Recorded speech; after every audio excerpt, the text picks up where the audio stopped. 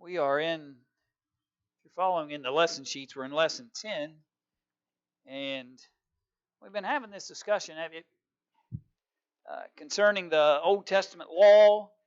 Moses has been receiving that law in pieces, and you receive some up on the mount, and then further instructions come later, and as he gets it, he shares it, and he helps folks grasp and understand what God intends for them.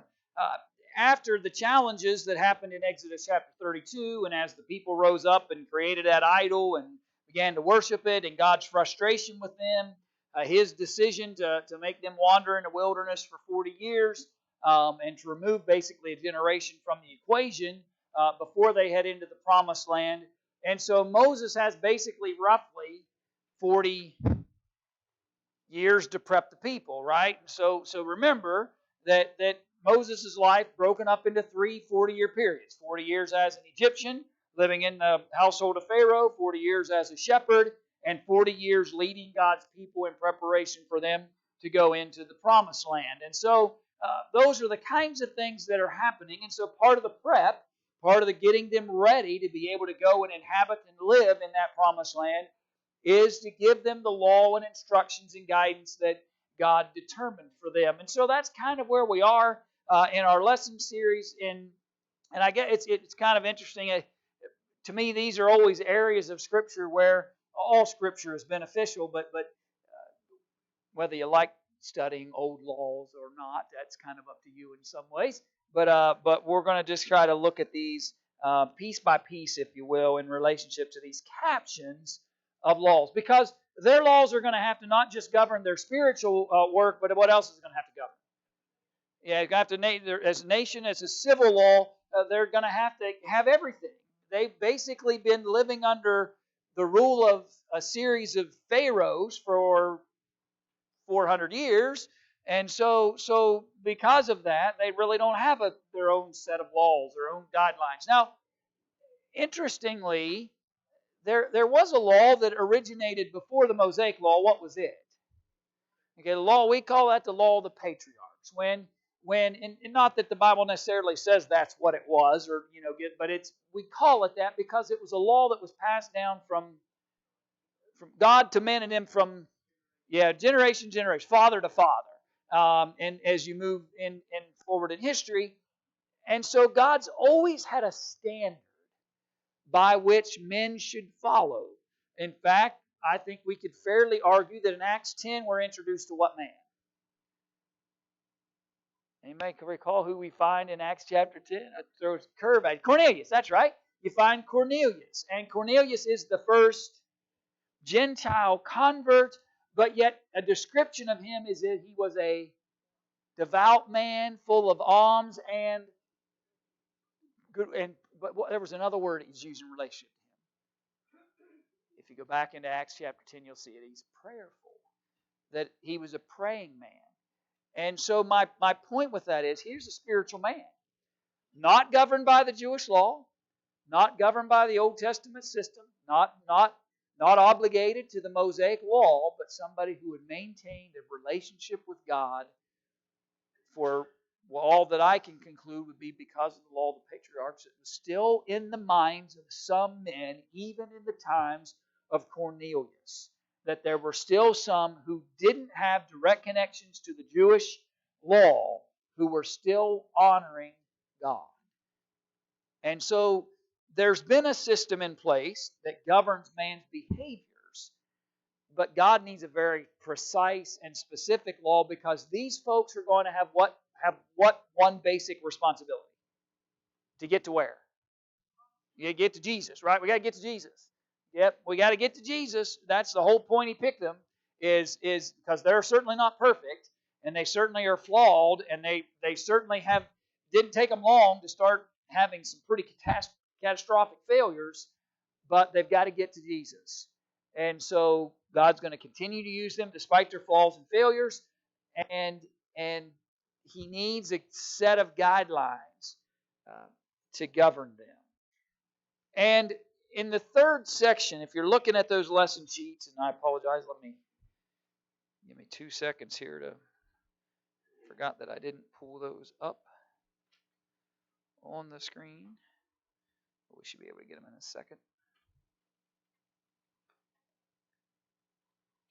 Of course, I said this. I talk to myself a lot, by the way, working on computers.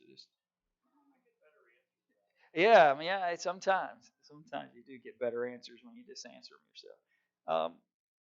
Close your eyes if that makes you dizzy. Let me get to lesson 10, and then we'll get going here. Okay, so here come these various types of laws, and we're in this section called laws regarding criminal and civil behavior. And so God's going to give them instructions, and so the same kinds of things that would be illegal where?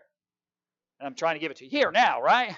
Murder, kidnap, assault, those things have been egregious in terms of mankind, should be, in the minds of all men, everywhere, anytime, any place.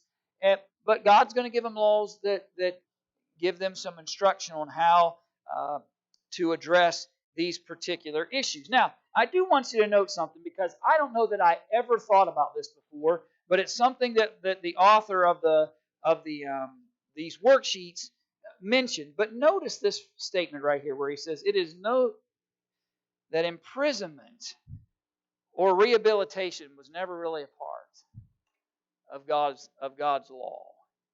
There was restitution. There was death, right? There's capital punishment, but I don't know that you see in that Old Testament law to build a penitentiary or to use that kind of punitive or criminal approach. God's law was basically, if it was in His mind high crimes, then penalty of death was basically it. I mean, and there were lots of laws that had the penalty of death that went along with it. Yeah, right. Which is well, but in some senses that's restitution. You know what I mean? That's paying back the debt, and you might have to indenture yourself in order to be able to do that. But I just found it anyway. I had never thought about it, but when I read it from his notes here, I thought that was just kind of an interesting tidbit. Go ahead, Ed.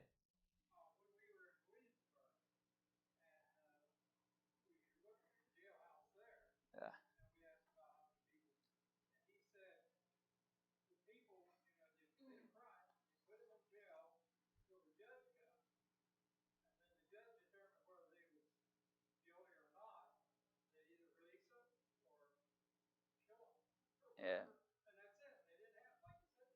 Yeah. Yeah. And it is interesting. And that, again, our criminal justice system obviously has evolved in lots of ways over that span of time. I spent some on occasion when I've been in Williamsburg on a few occasions. I did get locked in those stocks that had outside the jail, and learned pretty quick that I wouldn't survive very long as a criminal in those days. But yet it is interesting that now eventually that'll come into man's purview, right? Because even in the days of the apostles, there's repeated moments where you see people that are imprisoned. In fact, even in the days of Jesus, they had a man by the name of Barabbas who was a prisoner, and they decided to bring Jesus a prisoner and Barabbas and decide which one they want to set forth. So eventually, among other cultures, and eventually an influence among the Jews as well, I'm sure, you see that, but not necessarily within the initial laws of God. It was either capital punishment, restitution, or in with lack of a better description, fines of some type or kind. May seem harsh in our Western view of criminal justice, but that was just the way that God designed it. And keep in mind, there's a reason for that. Let's get to that. Look at Leviticus chapter 11, and we could have looked at all those narratives that he listed there, but this one will suffice. There's a reason why God's law is very, very narrow as it relates to His people, the Israelites. And here is the basic reason. And it comes up over and over and over and over again. Where he says, "For I am the Lord that bringeth you up out of the land of Egypt," there in verse 45. "To be your God, you shall therefore be holy, for I am holy." I've brought you out of bondage. I'm providing you a land where eventually they'll learn through the instructions of Moses, you're going to get houses you didn't what? Build. You're going to get wells you didn't dig. You're going to gain access to cities that you didn't build its walls. I'm going to give you a whole lot of things. My demand in return, be holy, for I am holy. And so a lot of the laws that govern them, both criminally and personally, have to do with purity and their ability to maintain a level of holiness that, for lack of a better description, is worthy of the God who's led them out of this challenge that they had in Egypt. And we'll look at this narrative in Leviticus chapter 11 a little later on in our study tonight. But Leviticus 19:2 repeats it again, 27 repeats it again, verse 26 of chapter 20. All of them remind us of that basic concept. Be holy, for I am holy. And we see a similar language in the New Testament, by the way, as well. There's two different occasions where that sentiment is expressed. One is, "Be ye holy, for I am holy." The other is, "Be ye holy for or because I am holy." And in another text says, "Be ye holy as I am holy." And so that level of purity, sanctification, to maintain a level of holiness has always been on the mind of God. Either covenant you looked at, but it has a very peculiar and very specific and narrow approach to how they maintain that purity under this Old Testament law. Thoughts or questions up to there? I'm going to do this a little differently tonight just because of the way the outline worked. Okay, so let's look at these questions, but I want to look at the verses that are attached to the questions before we answer the questions. Usually I just let you answer the questions, but because of the way they wrote this particular lesson, I want to do it this way for our study. So go to Numbers chapter 35, and let's look at the narrative first, and then we'll answer the question he asks and relates to it. So Numbers chapter 35, verse 33. "Be ye holy, for I am holy." Remember that in the back of your mind. "So you shall not pollute the land wherein you are, for blood it defileth the land, and the land cannot be cleansed of the blood that is shed therein, but by the blood of him that shed it.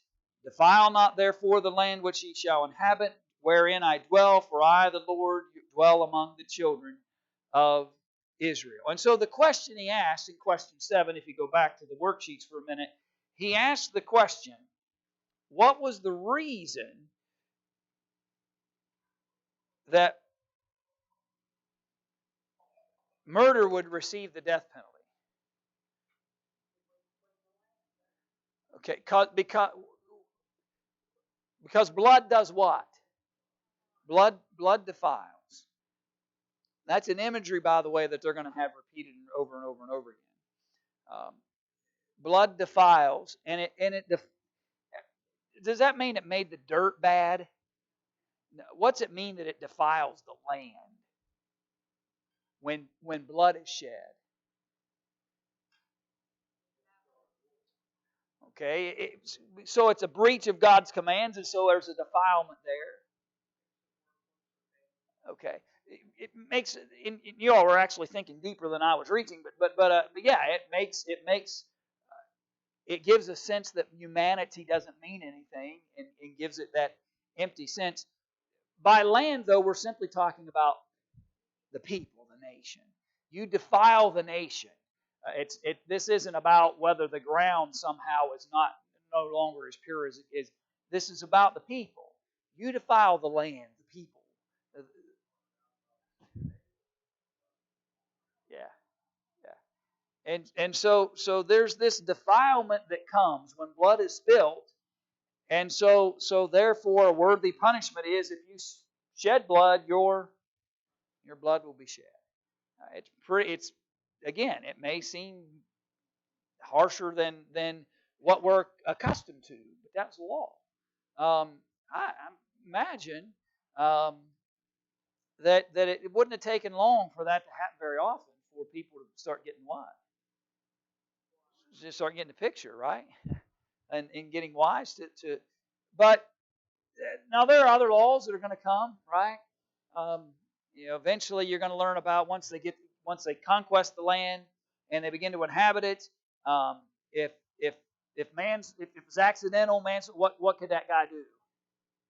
He could run to one of the cities of refuge, and then they would wait for the elders to congregate and look into that matter. And so there are future guidelines because um, God understood that it wouldn't be wise to just let man kind of run amok, deciding who did what when, and just start taking other people's lives because they decided that they had defiled the land by shedding blood. And so He'll implement further details and further instructions. But the core matter is you defile the people, the land, the nation when you shed blood, and therefore life for life as it relates to that.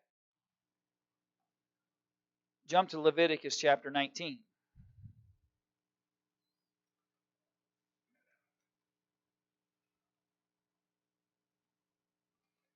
Leviticus chapter 19, verse 17.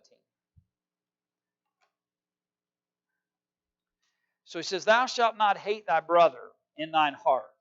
Thou shalt in any wise rebuke thy neighbor, and not suffer sin upon him. Thou shalt not avenge, nor bear any grudge against the children of thy people, but thou shalt love thy neighbor as thyself. I am the Lord. I thought that was New Testament teaching. No, it is, but it didn't originate there. And that sentiment of thou shalt love thy neighbor as thyself is a reiterated principle in the New Covenant, but it was part of the Old Testament law in the very beginning. I think sometimes we get an imagery maybe in our minds that the Old Testament law didn't deal with a lot of that kind of thing, that it didn't have a lot of instructions or guidelines as it relates to behaviors one to another. But it certainly did. There were a lot of instructions in the Old Testament law of how they should treat and conduct themselves one to another. And he says, basically in verse 17 at the beginning, we need to eliminate what? Hate. You eliminate hate, you eliminate a whole host of other things. And that hate has to be eliminated where? In the heart, he said. In the way you think. It's not, in other words, it's not just a matter in some sense of control. That's what we say. You got to control your anger, right? Or you got to control you got to eliminate it. The approach that God desires is for it not to be there at all. Not to just simply control. Now, in the meantime, while you're working on it, control it, because you shed innocent blood, and that's going to create greater repercussions. But the idea here is that not just to control it, but there shouldn't be any hate in the hearts of them, especially to themselves, the nation, to their brothers, their neighbors, and those that they come in contact with. Thou shalt in any wise don't rebuke your neighbor out of hate, because if you rebuke him out of hate, you're most likely going to enter what into the picture? And sin, right? It's going to create a greater problem. And so best time for correcting, especially if you're dealing with adult to adult in some senses. Maybe that's a poor choice of words in some ways, because I don't suppose it's good in any circumstance. But we don't generally do things well when we're angry, right?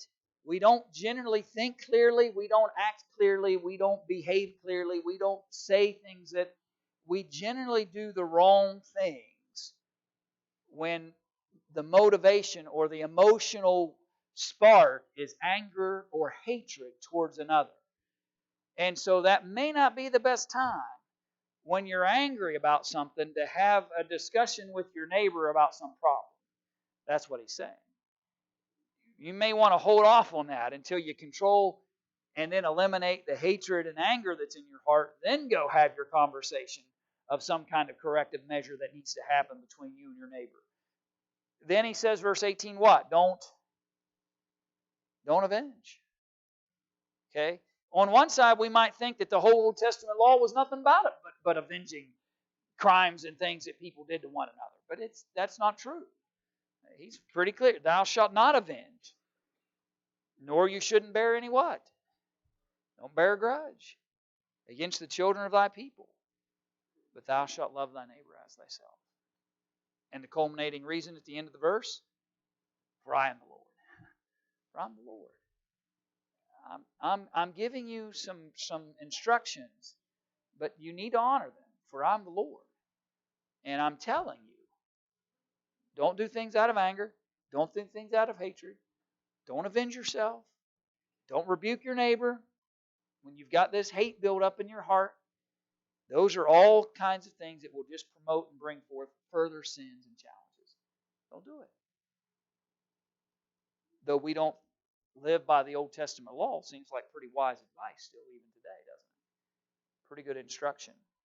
So what governing principle is found there in Leviticus chapter 19? Yeah.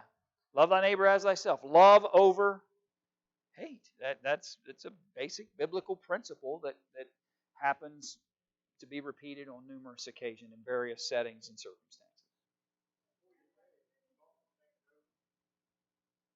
Yeah, before you speak, you may want to give it some thought. Our problem is we tend to speak and then want to think about it later, and that generally isn't a wise approach to things, is it, Tom?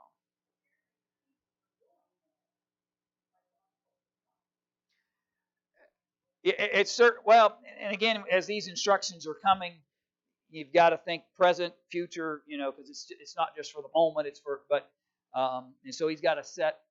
But it's obvious that he was concerned that it was going to be or was already a problem. I don't know that you give instruction that if God thought they'd already would do these things without instruction, probably doesn't waste words to do that. Yeah, I agree with that. All right, jump to Deuteronomy chapter 23.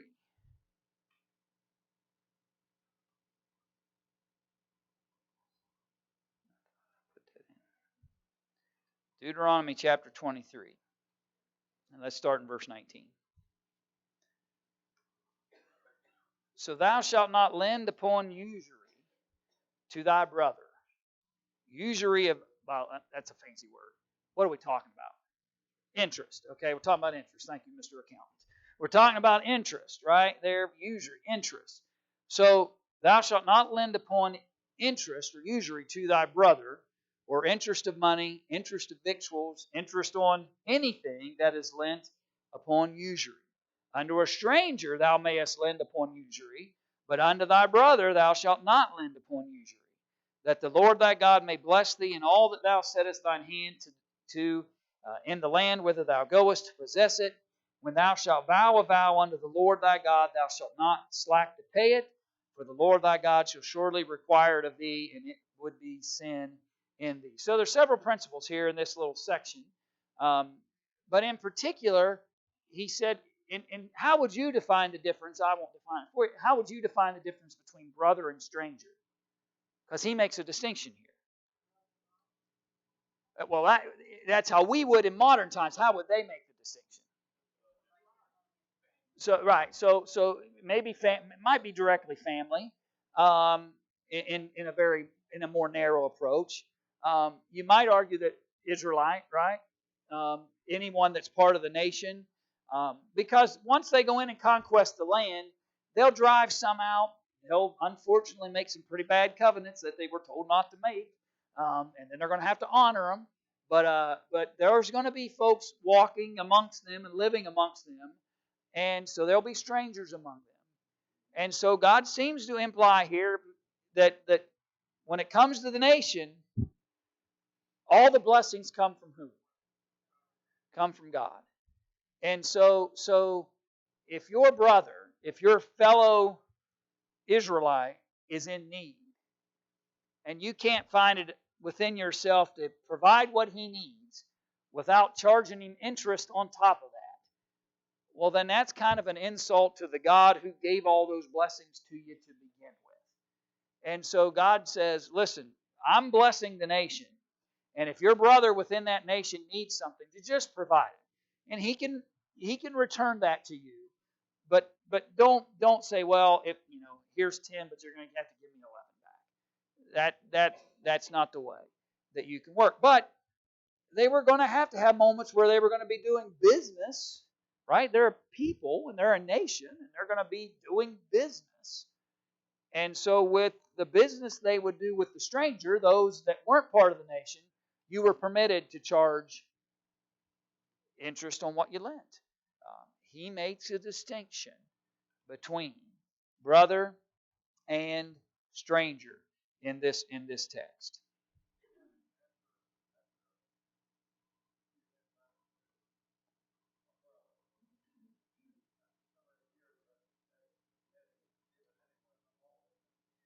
There there were every 7 years you had kind of a wipe the slate clean year. And so, yes, there were going to be situations where that was going to occur as it relates to that anyway. In the meantime, um, there's this law that governs basically interest as it relates to the lending of money. And it's interesting in that same basic context, though, he then says, if you make a vow to whom? If you make a vow to God, then you shall not slack to pay it. For the Lord thy God will surely require it of thee, and it would be sin in thee. And so, you make a promise to God, you make a covenant, a vow to God, you better be ready to honor it. Because God's not going to look at that in a slack way. It's interesting because by the time Jesus comes on the scene, what's Jesus kind of say about this topic? What's the kind of approach he gives them to think about? Yeah, just let what?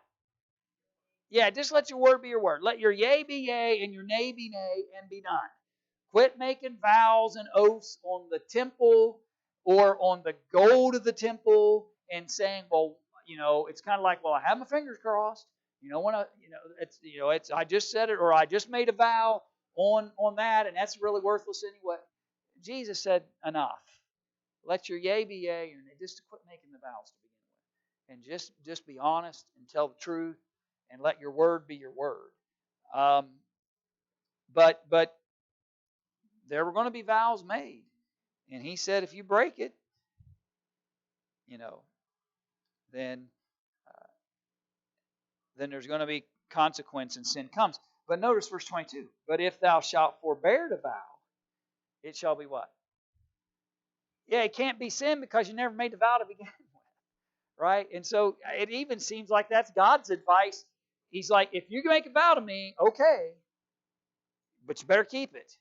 Because you make a vow to me and you don't honor it, that's sin. But you're probably better off just forbearing that whole idea to begin with. You're probably better off just don't make these rash, quick vows. And generally those kinds of vows happen when people are what? Yeah, in trouble and under some duress, under some stress. There's some circumstance that they're trying to gain help or assistance with. And so, God, if you do this, then I'll do this. And he says, you're better off kind of forbearing from that and not walk down that path. Because you could introduce a lot of sin into your life if we behave that way. So to whom could an Israelite not charge interest? Question 9, back to that. His brother. And again, you might define that a little more stricter than the nation, but I saw nation when I saw that language because it's used in other texts or within this narrative as well. Okay, so moving on then. So those are things that relate to business and to criminal offenses and civil behavior. Those some examples. But God also gave some instructions as to general health, hygiene, and I don't know. Okay, the answer is I'll just answer it now. I don't know what apparently the personal behavior of the people exactly was that God decided that He needed to give them some very particular instructions about things that you and I might look at and go, really? Did they really need to be told what to do as it relates to certain kinds of things? But they did. And God gave them those particular instructions. The challenge, and I thought it was an interesting, this is what I took from the notes that are within this outline that I thought was interesting, is that there is a difficulty sometimes in trying to distinguish, is the law or instruction we might happen to be looking at a particular time, is that relating to just some kind of personal behavior, or is there some spiritual defilement issue attached to it? And sometimes those lines are harder to differentiate between than you realize. Is it ceremonial in order to demonstrate their recognition of the need to be pure? Or is it actually God saying you need to do this because it's the clean thing to do as it comes to personal conduct? And so sometimes we don't see that as clearly maybe as we like.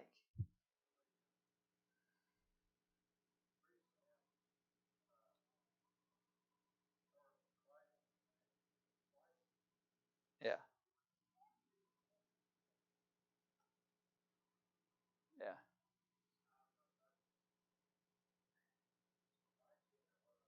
Or ceremonial, right? To demonstrate. And again, that's what we mean. Sometimes it's not as easily understood in terms of distinction between what was just a law so that they would wash their hands before they ate, and what was a law so that every time before they ate they washed their hands to remind them of the purity and cleanliness that God demanded of them spiritually as well. And God does give us sometimes physical responsibilities that are intended to give us spiritual context.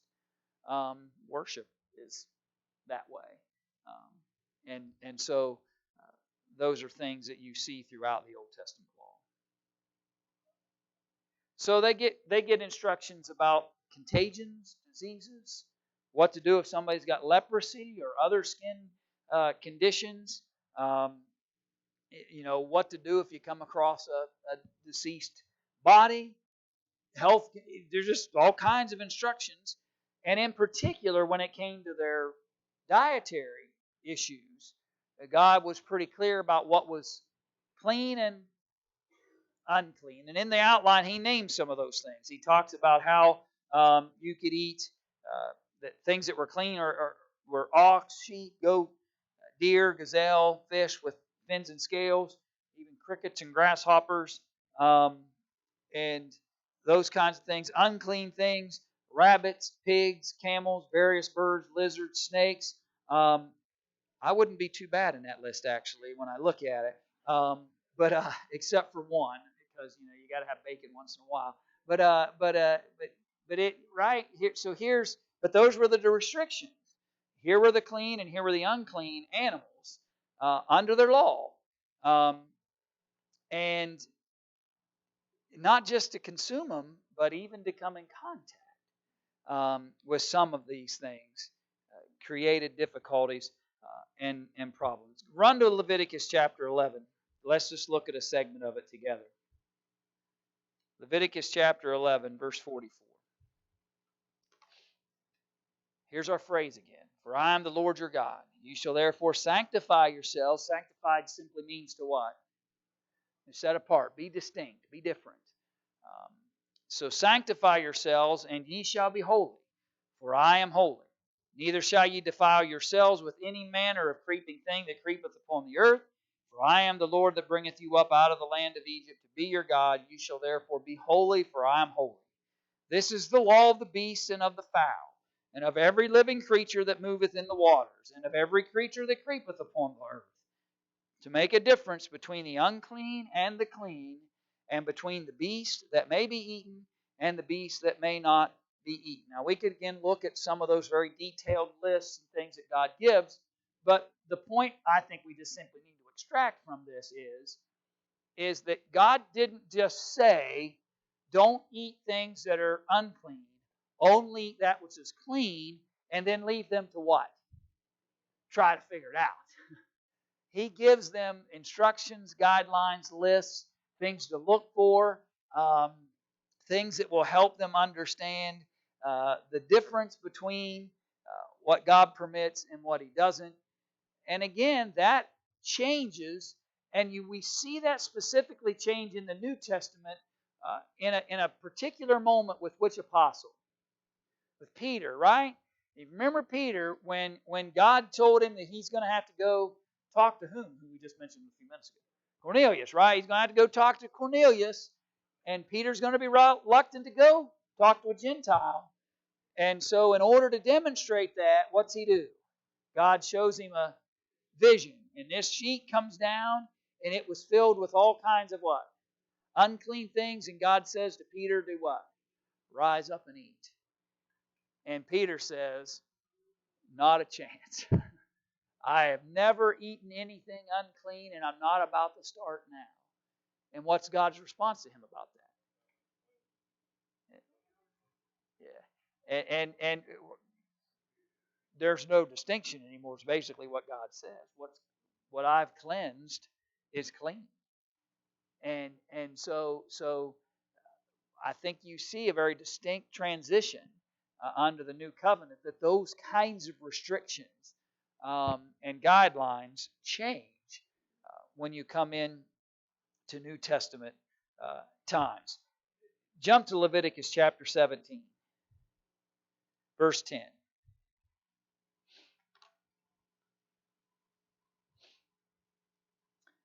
He says, whatsoever man there be of the house of Israel, or of the strangers that sojourn among you. So it's interesting. Some laws had particular connotation only to the Israelites.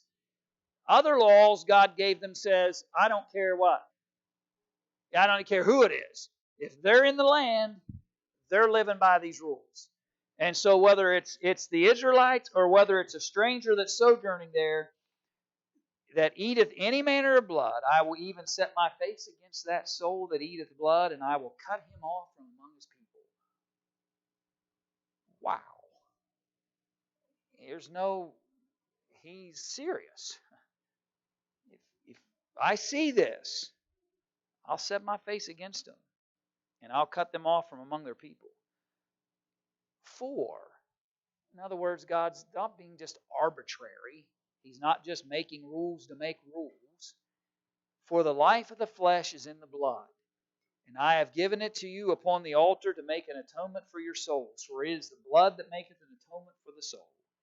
Therefore I said unto the children of Israel, no soul of you shall eat blood, neither shall any stranger that sojourneth among you eat blood. And whatsoever man there be of the children of Israel, or of the strangers that sojourn among you, which hunteth and catcheth any beast or fowl that may be eaten, he shall even pour out the blood thereof, and cover it with dust. For it is the life of all flesh, the blood of it is for the life thereof. Therefore I said unto the children of Israel, you shall eat the blood of no manner of flesh, for the life of all flesh is the blood thereof. Whosoever eateth it shall be cut off. Now, his repeated connections throughout Scripture that life is where? Life's in the blood. Life's in the blood. Life's in the blood. That imagery is seen in the sacrifices. That imagery is seen in even sacrifices that came before the Mosaic Law. In particular, whose sacrifice is it going to be significant with? Jesus. And so Jesus is going to shed His blood, His physical lifeblood, to provide spiritual life on the other side. There is a very sobering and specific and important recognition that God wants them to have about blood and life and the connections. So much so that I don't want you to consume that blood. I want you to pour it out. Even if the animal is allowed to be eaten, I want the blood removed. And I even want you to do what with that? Cover it up. Not you bury it. Cover it up with dust. It's imagery to remind them of where the life is really found. So that by the time you get to Jesus and He starts talking about blood and its importance, it won't be a foreign concept. It won't be something that they will have to wonder or think about or try to figure. They will have especially if they had honored the law as they should and reminded themselves of what God had instructed. But it's not going to be a foreign concept. It's going to be something that they're going to be able to grasp pretty quickly, should be able to, because it was a repeated issue within that Old Testament law. So you shouldn't have any struggles when Jesus starts talking about Him shedding His lifeblood to benefit the spiritual needs of everyone when they'd already seen that concept. Go ahead, Bob.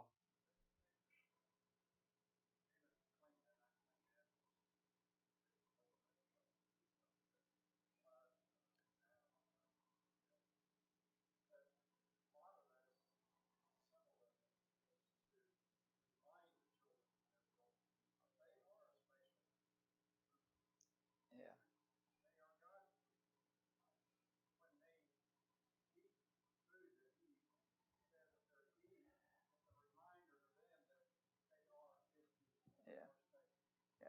Yeah. And they behave differently because of that.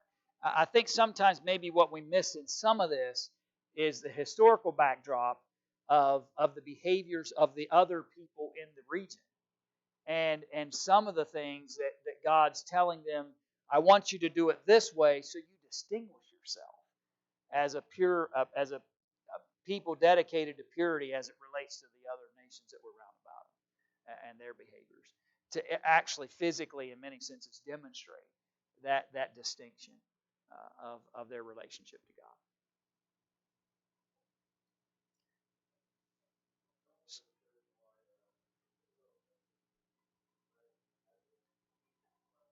Yeah.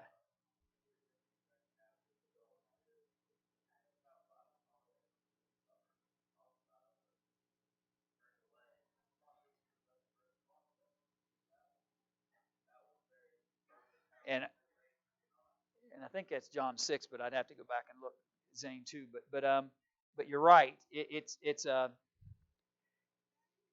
We maybe make a mistake to overemphasize um, that all that just disgusted people from a just it's just uncomfortable to more of that was something that they had been told repeatedly you're not supposed to do.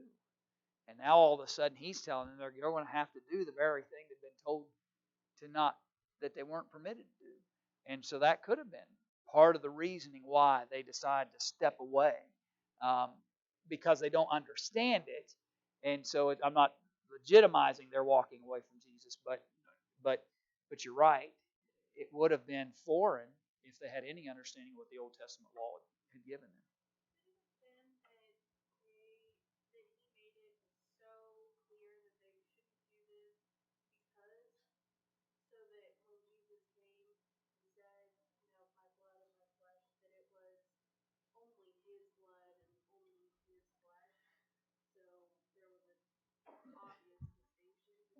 Yeah, I mean, all of the imageries are there to help them eventually understand what they're going to find when Jesus arrives.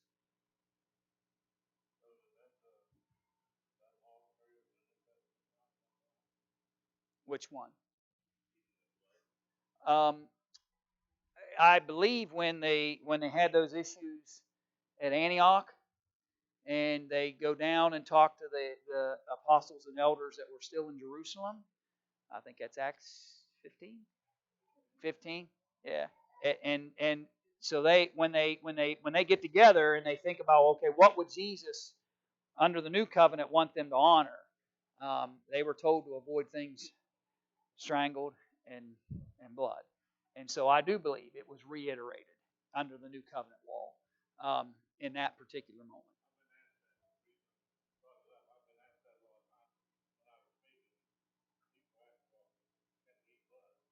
Yeah, yeah. And I think there is a distinction between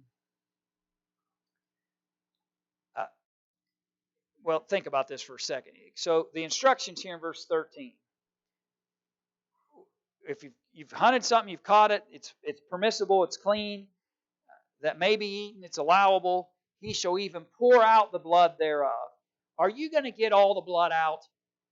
No, you're not. He didn't say, and squeeze that thing till it's dry, right? Uh, and my point is this: sometimes people say, "Well, you got yours." Some of the you can't get it all. He didn't say that. What he's saying is your intent. What's your intent? Your intent is I'm getting rid of the blood out of the animal. It's going to be poured out on the ground. I'm going to cover it up with dust, and to demonstrate my recognition of God's will and purpose. Um, and I can't help but believe that that's the same sentiment that the apostles and elders in Jerusalem had when they said, quit telling them to be circumcised. That's not part of the new covenant anymore. That had to do with the Old Testament law and the reminder of the seed promise. The seed's already been here, and so we don't need that anymore. But tell them fornication, things strangled, and blood. Those, yes, tell them those.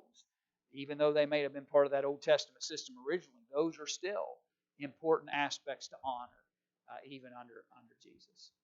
And rightly so, because again, the importance of the lifeblood that Jesus shed on our behalf. Good questions.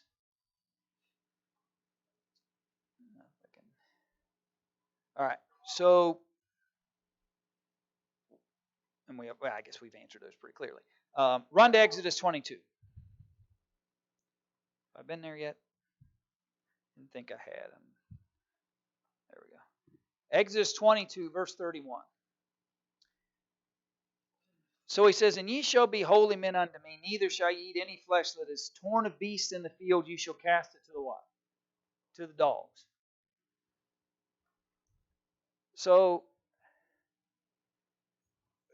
if you stumble across an animal and you look and you go,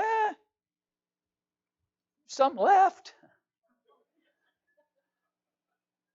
but it's been gnawed on by another animal, God says what? No. I also say no, by the way. But God says no. Even if it's a what? Even if it was originally a clean animal. Even if it fit the list, God says, here's an extra restriction. There's, again, that animal has been, even though it may have originally been part of the clean list, by being partially devoured by a beast, it's now defiled. It's now unclean. You're a pure people. You demonstrate the holiness of God by your behaviors. Don't, there's no Himalayan possum. Some of you got that. All right? Because you found him Himalayan on the road. Right? All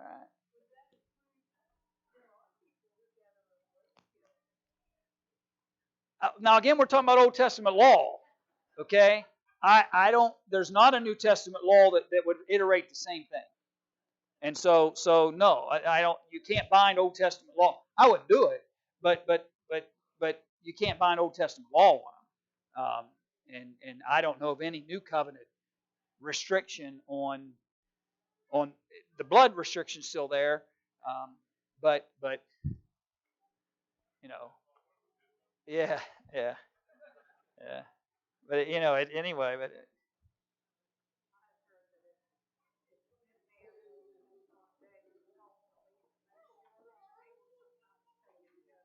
well, and that's a little different, you know. All right, so I think we get that. So Sunday I'm gonna move to point 5 and talk a little bit about the importance of that periodic reading of the law. That's really significant. And then we'll move to lesson 11, which I think you should have had stapled to this lesson if you picked those up.